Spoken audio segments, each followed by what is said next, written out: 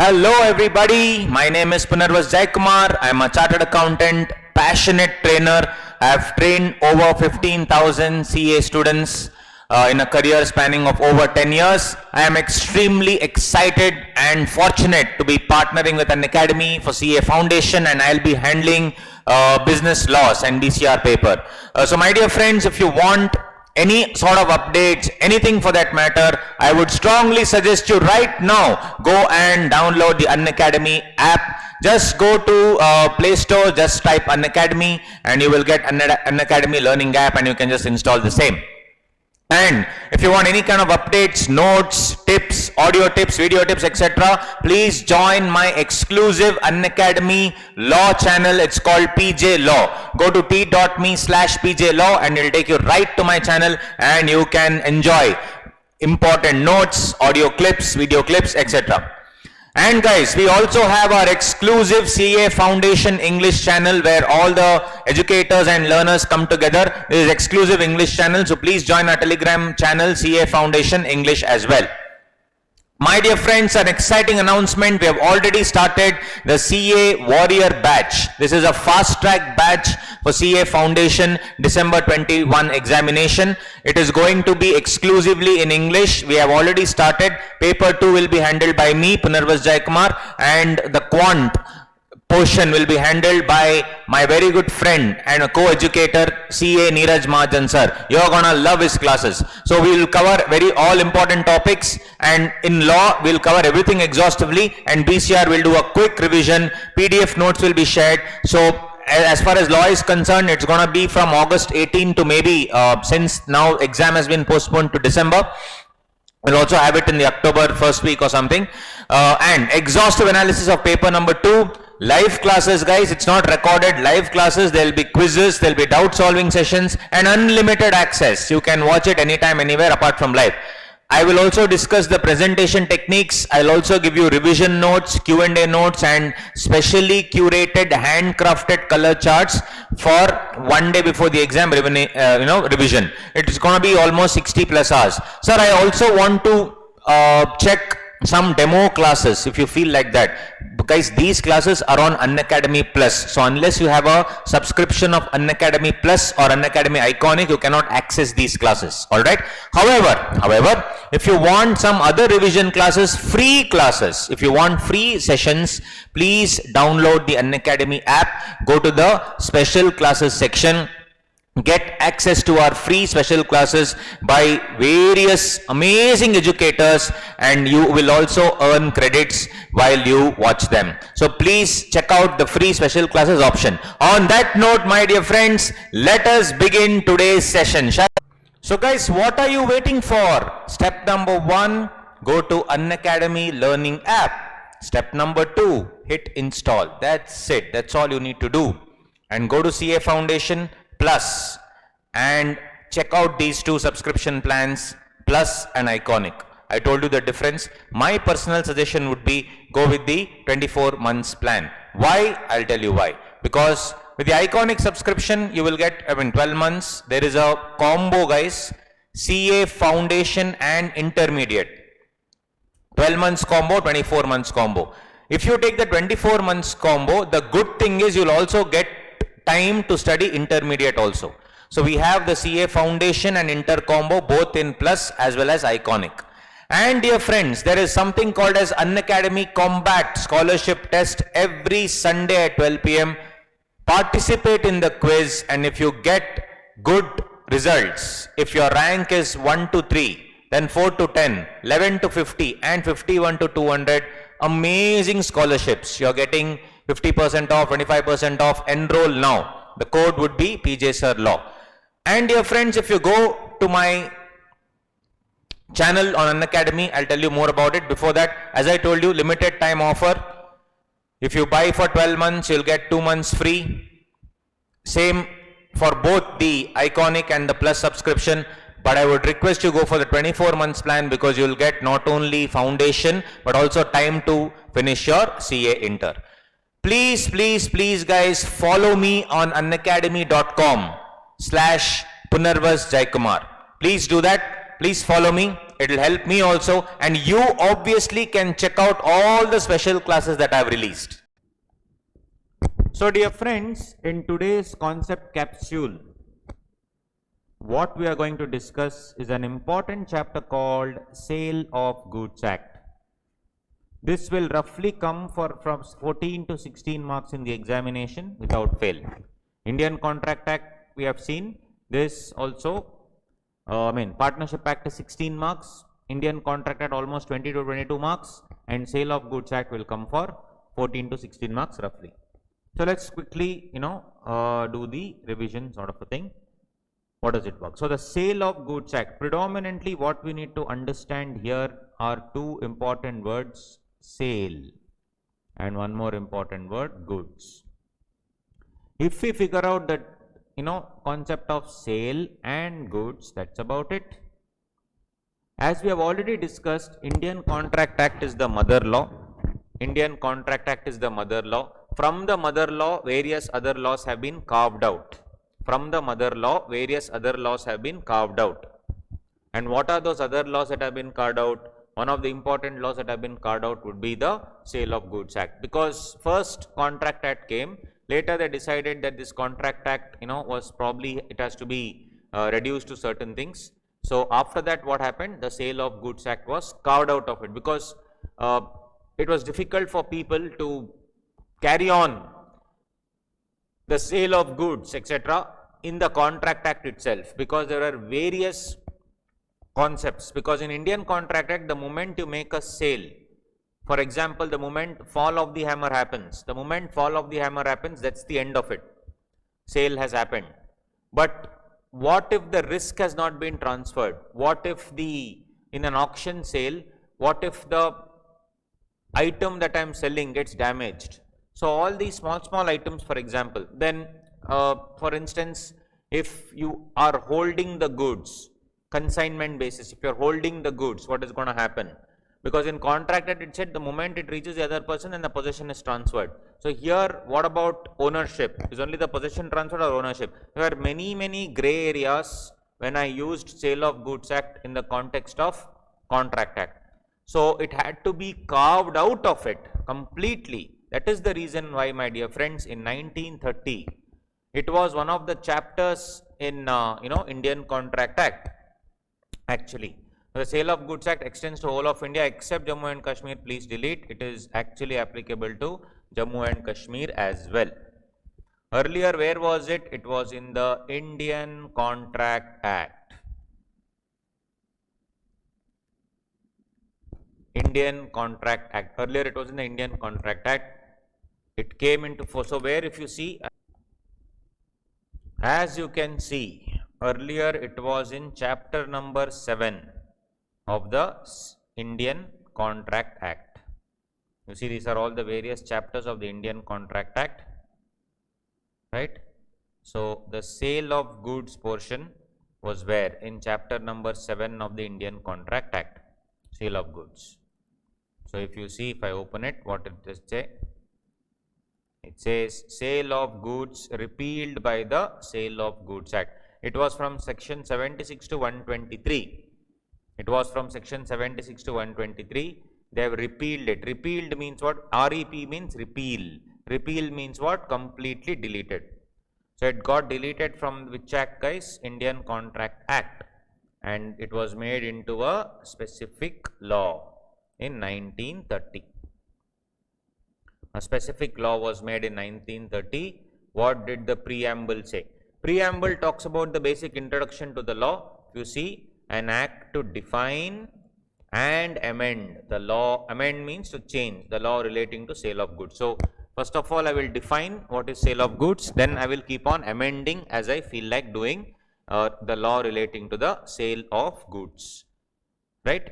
This may be called as Sale of Goods Act. It extends to the whole of India except Jammu and Kashmir has been deleted because of the J&K Reorganization Act. It shall come into force on which day? 1st July 1930. 1st July 1930. So coming back to our material, it came into force on 1st July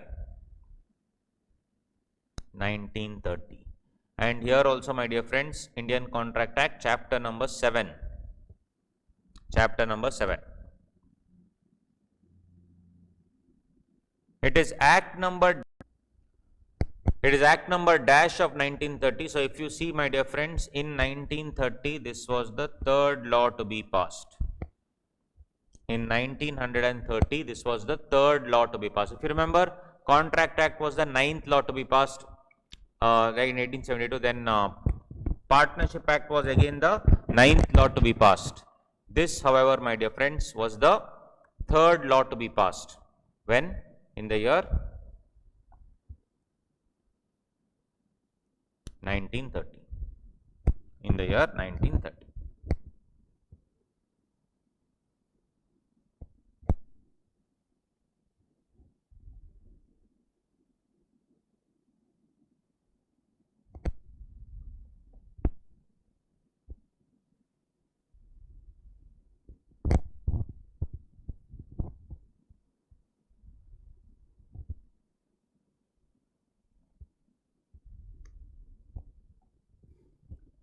There are some important terms that we need to understand, my dear friends. Let us see. These are some of the important definitions which are appearing. Where will the definitions come, my dear friends? I have already discussed. Definitions will come where? Definitions generally come in section number 2. So if you see, these are the definitions. In this act, unless there is anything repugnant in the subject or the context. So let's leave this discussion to CA Inter. Repugnant, etc. It is not relevant for CA Foundation. When you come to CA Inter, I will train you there separately. Let's just see the definition. So this is called 2 clause 1, 2 clause 2. I have already discussed that. In definition, if anything is like this, 2 1, 2 2, 2A, 2B, it is not called subsection at all. It is not called subsection.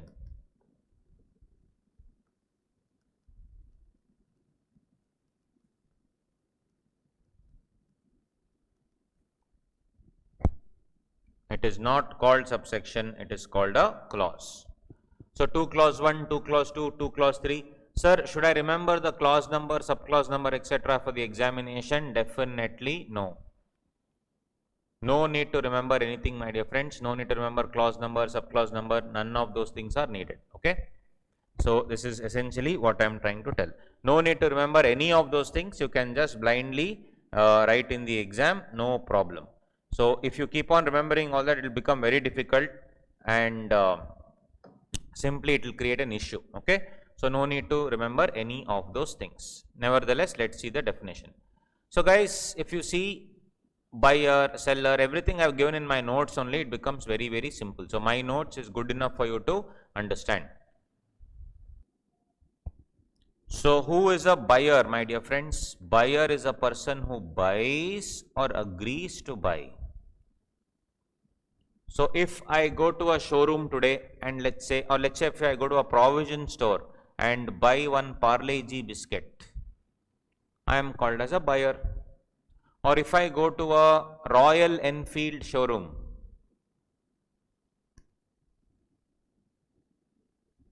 if I go to a Royal Enfield showroom and book a bike, that person will say, sir, it will be delivered only after 5 months, 6 months. So today I enter into an agreement, a contract, where I have agreed to buy the goods. So I have agreed to buy in the future. Contract I am entering into today. So contract is being entered into today.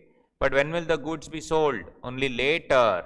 So that is called as also buyer. Seller is what? Person who sells the goods or agrees to sell. In the same example, the shopkeeper who gives me the Parle-G is a person who sells the goods immediately. Or person who is selling the Royal Enfield showroom, dealer. So he agrees to sell the Royal Enfield to me. I enter into all the documentation, etc. today only, but it's going to be agreed to be sold later. Buyer is a person who buys the goods or agrees to buy the goods. Seller is a person who sells the goods or agrees to sell the goods. That's okay.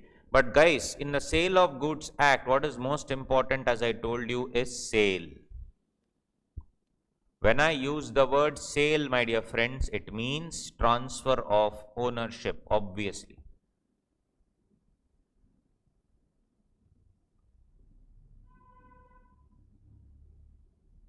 Correct? The word sale means shift of ownership. It is not shifting possession merely, but technically it involves shifting of ownership. Ownership is the key. It is not, for example, mortgage of property. I want a loan, I go to a bank says, what do you have? I say, sir, I have these goods in my godown. How much are those goods valued at? Sir, it's valued at 1 crore rupees. Okay, you give the goods to me in the sense that control of the goods to me. That is called hypothecation, if you remember, hypothecation. If the bank takes the control of your goods, it's like a security they keep. If they take control of the goods for some amount that they pay you, loan, if they take control of the goods as a security, that is called hypothecation. Mortgage generally is for immovable property. I go to Manappuram Gold Loan Company. I go to Manappuram Gold Loan Company. I deposit gold. I deposit gold. Gold biscuits I have. Gold biscuits. Gold biscuit is a good. Movable property, right? I deposit that good and I get money in return. This is called as a pledge. We have discussed in Indian Contract Act, pledge is a sort of bailment, transfer of possession. Is that a sale? No. My dear friends, if bank creates a right over the asset, either via mortgage, either via hypothecation, either via bailment, either via pledge, if anybody creates a right over the asset, that right is called as a charge. In legal terms, that particular right is called as a charge. That right, my dear friends, is called as a charge.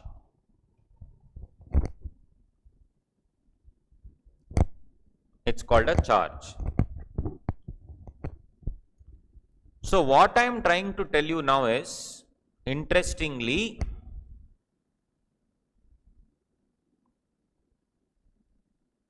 this sale, when I use the word sale in sale of goods, it is neither mortgage nor hypothecation, neither charge nor pledge, neither bailment nor any of the things where possession is transferred.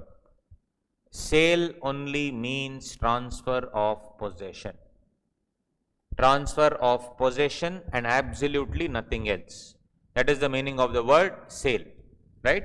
So if they say in the exam that this person pledged the goods, this person bailed the goods, this person gave this goods as a security, this person gave the goods as hypothecation, that nothing matters. It is only transfer of possession.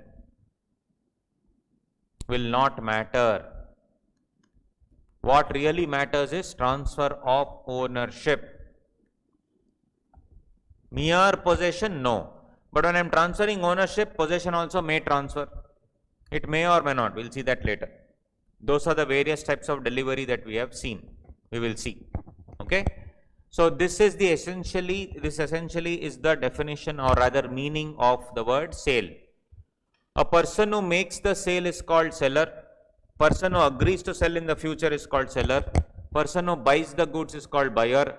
Person who agrees to buy the goods is also called as a buyer. So buyer and seller, very simple. Person who buys agrees to buy. Person who sells agrees to sell. It's called as a buyer and a seller. With that in mind, let's come to the most important definition now, my dear friends. Definition of goods.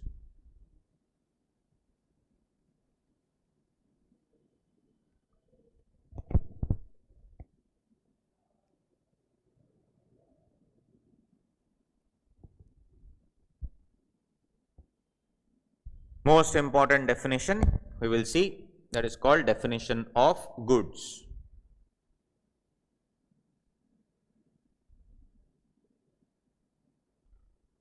So in this definition of goods, we have to understand whether goods are movable property, movable property. What do you think? Obviously guys, goods are movable property.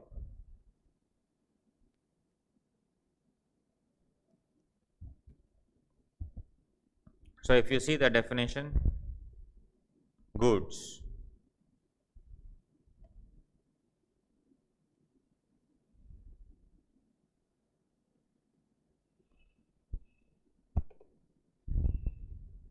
Clause 7 defines goods. If you observe a pattern here, goods is 2 clause 7. If you observe a pattern,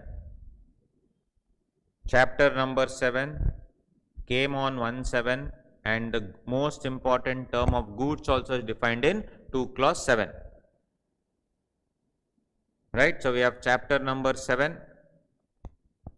Chapter number 7, it was earlier in the Indian Contract Act, chapter number 7.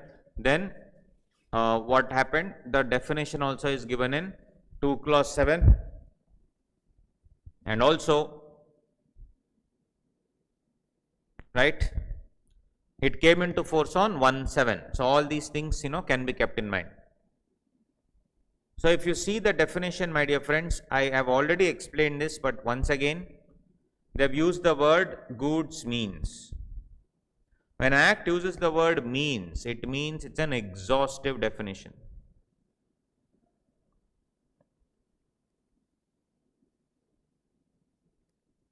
When Act uses the word means, it is an exhaustive definition. No other meaning can be given.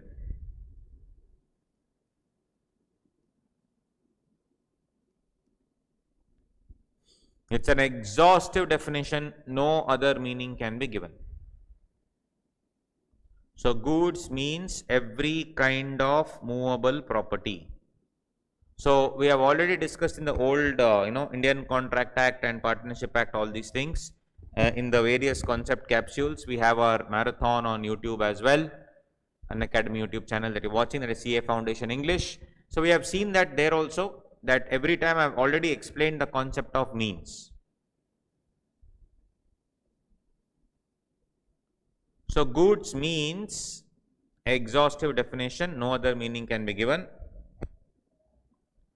It's also called as restrictive definition, means the entire meaning can be given only to that particular word, means to that particular sentence. Nothing can be added, nothing can be added. No other meaning can be given, nothing can be added. Exhaustive definition, restrictive definition. Goods means, and mind you, it's not inclusive. If they have used the word includes, is a different thing. For example, see, quality of goods includes their state or condition. When I say includes, I already know the meaning. Apart from that, some other things are included. If I say this Unacademy students means the best students, means no other students are there except the best. If I say Unacademy students includes good students, then you may think, okay, then it may include bad students also. That's how it is. So when I use the word means, generally 90% of the definition uses the word means. When I use the word means, it's very simple. No other meaning can ever be given. That is the final meaning of the same. Nothing else can be given apart from that. That's the meaning of the word. That's the thing of the word means. Goods means every kind of movable property other than actionable claim and money. Other than actionable claim, we'll see that. It means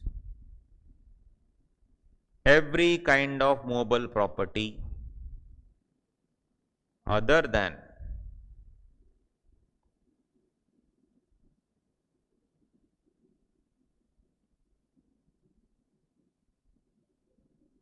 actionable claim and money. other than actionable claim and money. Actionable claim. What do you mean by actionable claim?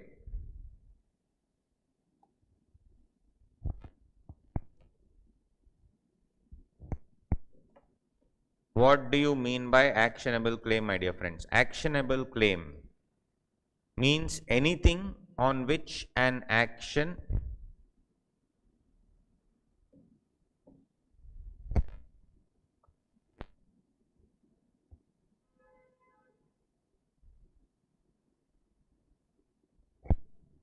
anything by which the action or a suit can be imposed. I'll explain.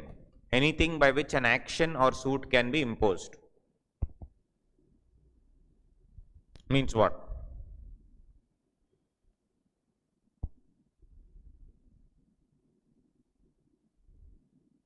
Mr. A sells the goods.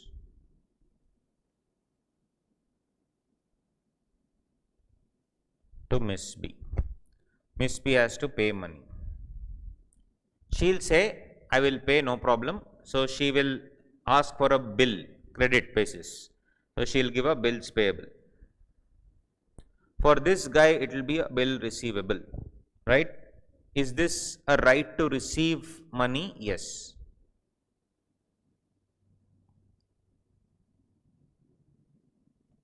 It is a right to receive money.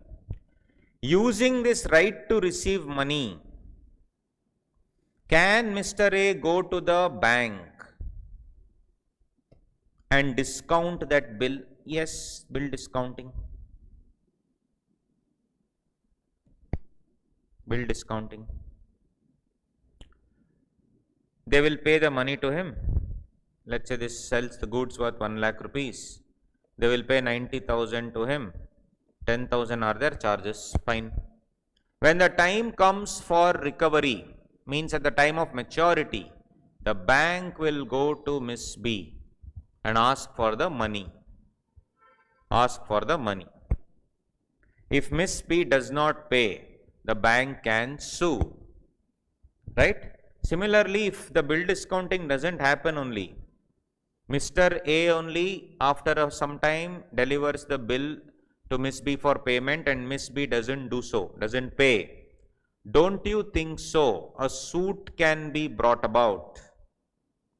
Suit means, can I sue Miss B? Answer is yes. Also, can I bring about an action? In the sense, can I give a notice? Can I send a notice to Miss B? In example number 1, can bank send a notice? Yes. In example number 2, can Mr. A himself send a notice? Yes. That call for action, that sending a notice is called as action. Sending the notice is called as action.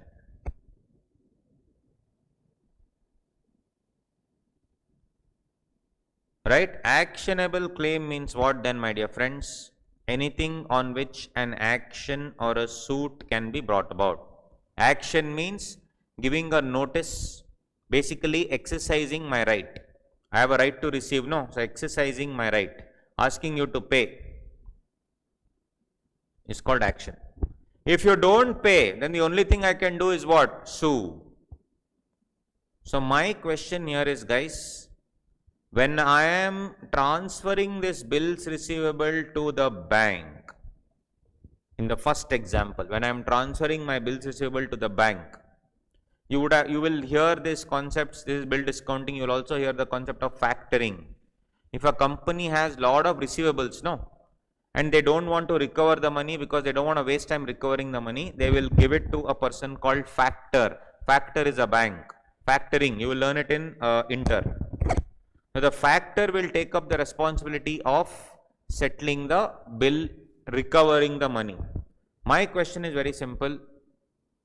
When Mr. A discounts the bill with the bank, is he selling any good? Is he selling any good? What do you think? Obviously, guys, when this Mr. A is selling this receivable to the bank, ideally it may have been called as a good, but very, very clearly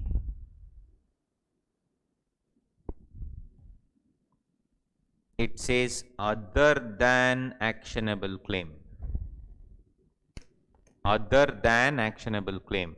So an actionable claim where an action can be brought about or a suit can be brought about is not good. Explicitly they have excluded not a good, other than. So it is not a good. If you have seen money, obviously sir I have seen money.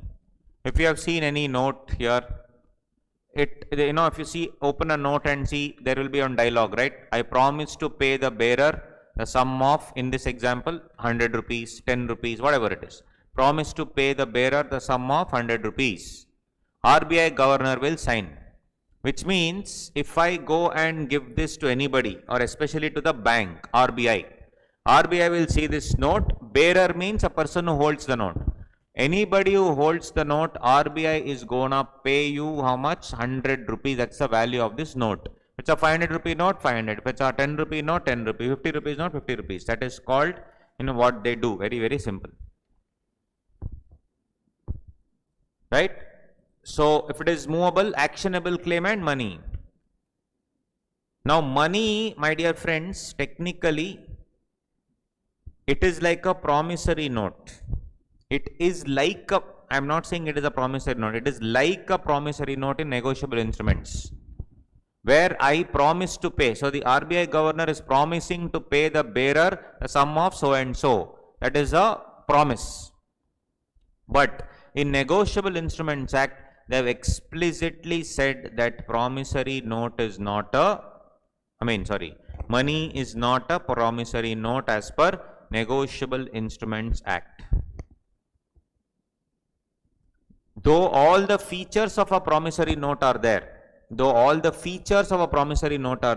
it is still not a negotiable instrument. So is it a good then? If I am giving you the money, am I selling the good is the question. Sale of Goods Act also says explicitly answer is no. Actionable claim and money, both of these things are not goods, my dear friends. Money is not good. Then you may ask, sir, on November 8th, 2016, one person came on TV and he said, मेरे प्यारे देशवासियों, मित्रों, आज रात 12 बजे से पुरानी 1000 note, 1000 note, पुरानी 500 रुपए नोट बंद. Correct? Everybody started shivering. Who everybody? All of them who had money shivering. So, let us say I have the old 1000 rupees notes in 2016 I had. I kept it for 20-25 years, guys. Right? So, we are in, let us say, 2040 or something. In 2040, I have this 1000 rupee note with me. Can I use that 1000 rupee note? It's an antique note now. People are very interested in buying an old 50-year-old note. 30-40-year-old note, right? So I am selling that old note to a person who wants to collect notes, collect coins. I am selling it at 5000 rupees. Is this a good? Guys, when I use the word money, it means legal tender. Legal tender means anything which is legal that I can do. Anything which is legal that I can obviously sell. Other things, legal tender is not money.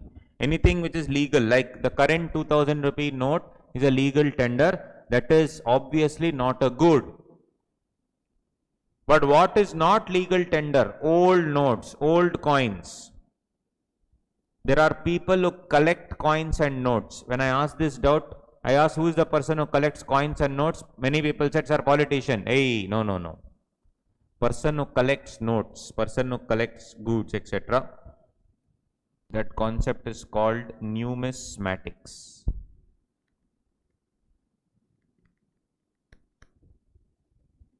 Person is called numismatics. So, if I am collecting coins, can I buy and sell coins, etc.? Yes, I can buy and sell coins. So, that, my dear friends, is called as numismatic value. Buying and selling of coins, buying and selling of notes is called, as a hobby, is called numismatics. Now, when I am selling or buying the coins, old coins, are they goods? Answer is yes. So, guys, other than money, money is not good, but excludes. Money excludes. Money excludes what? Old coins, jubilee coins, they are all the names given.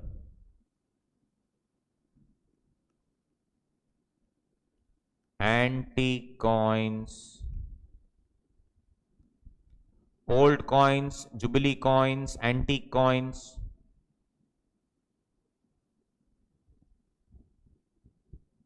Any coins of numismatic value.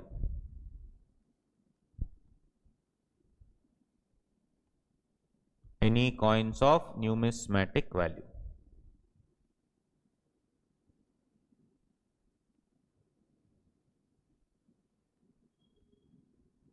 Old coins, jubilee coins, antique coins, any coins of numismatic value.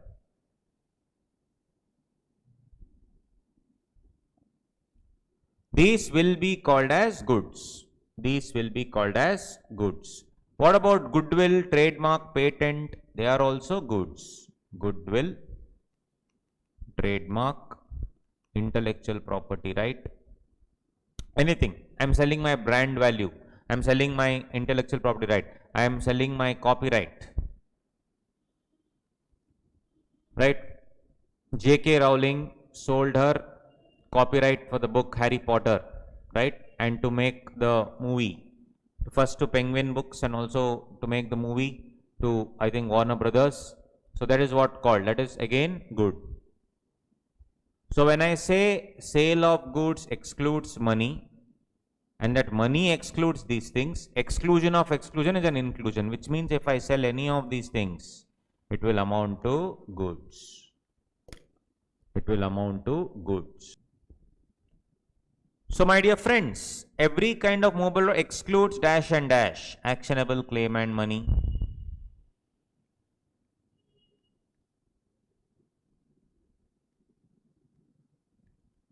But not, as already discussed, but does not exclude what? Same thing, but not antique coins, old coins, jubilee coins, coins of numismatic value, goodwill, trademark, patent, intellectual property right, all these things. And includes stock and shares, growing crops and things. So if you see, if there is a property and there are 100 teak trees, sir, what is that, sir? Chicken lollipop, sir? Toothpick, sir? Trees, bro, trees. Sir, how, sir? Assume.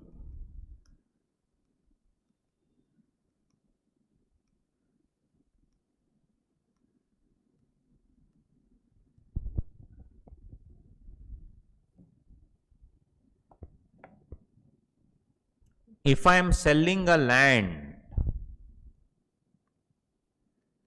with 100 trees around,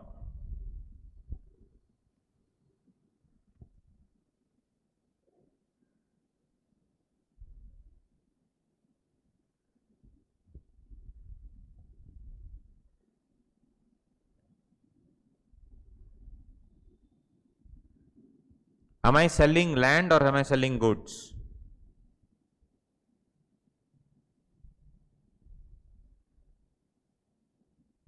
What do you think?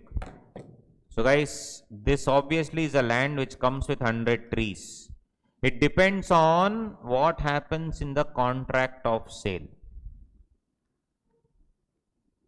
In the contract of sale, of course, the trees etc. are attached to Mother Earth. Trees are attached to Mother Earth. Of course, no doubt about it. But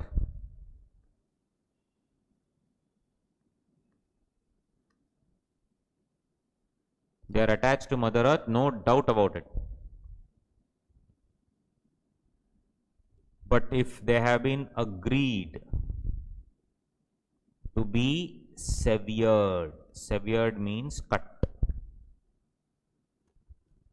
If I agree to cut them, if it is agreed to be severed, that is cut at the time of contract of sale. If I agree to sever them, if I agree to cut them at the time of contract of sale, then it is a problem. If anything is agreed to be severed at the time of contract of sale, my dear friends, then it would be a huge issue. Anything which is agreed to be severed. If I have agreed to cut these trees so that it becomes timber, then obviously it will become goods. But at the time of contract of sale, I do not agree to sever them. I do not agree to cut them. Then it is not what? Goods. So it depends on what I am doing. So if you see stock and shares, growing crops, even crops are goods. Grass is a good, and anything attached to the earth, but agreed to be severed under a contract of sale. Anything which is attached to Mother Earth is okay, but if I agree to cut them, sever them in a contract of sale, that is called as goods. That will be called as goods. So if I just sell the entire land with 100 teak trees, it will be sale of immovable property.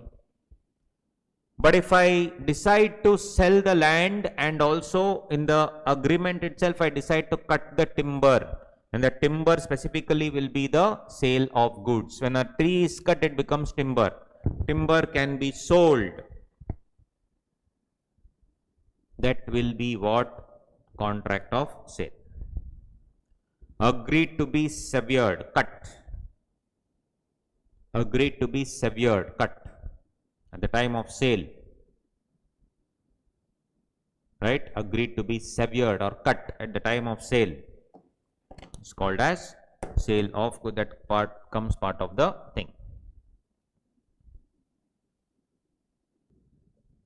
So that was the important definition of goods. Then we have existing goods, future goods, specific goods. What do you mean by existing goods? Very simple. Goods that are existence at the time of the contract of sale. I go to a provision store, I want to buy 1 kg basmati rice. I see the basmati rice right in front of me. That is exactly the basmati rice that I want. Are the goods, basmati rice packet, is it in existence at the time of contract of sale? Yes. Is it owned or possessed by the seller? Yes. Then it is called as existing goods. It's right there. Now let us say I want to buy basmati rice. I go to the shop. There are so many brands of basmati rice, everything kept in an entire aisle. An entire area is dedicated to rice. Are those existing goods? Right. Yes, 100% yes. In those existing goods, I only want Dawat basmati rice. Let us say Dawat premium basmati rice, extra polished. I am simply throwing some things here. Dawat premium basmati rice, extra polished. That only I want. I don't want anything else. and I want 5 kg packet only. 1 kg packet, I know, I don't want to pick up 1 kg into 5. I want 5 kg packet only. So when I see this Daawat Basmati rice, extra polished, premium, Daawat Basmati rice extra polished, 5 kg, what do I do?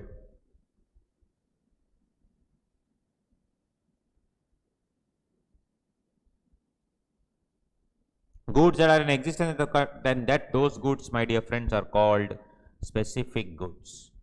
Goods that are identified and agreed upon at the time of contract of sale. I have identified, I want that only, that packet, Daawat Premium Extra Polish 5 kg. These are called specific goods. Existing goods, goods are existing. In that, if I pick one item, that only I want, nothing else I want. That is called as what? Specific goods. Existing goods, specific goods. Then what are future goods? I gave you the example of Enfield. Enfield I am going to buy today. Yes. There is a 6-month waiting period. Are the goods given to me today or later? Later. Goods which are to be manufactured or to be produced or to be acquired by the seller after making the contract of sale. If I go and order a cake, let's say you go and order a cake for your girlfriend or boyfriend. Day after tomorrow is the girlfriend or boyfriend's birthday. It's going to happen 2 days later.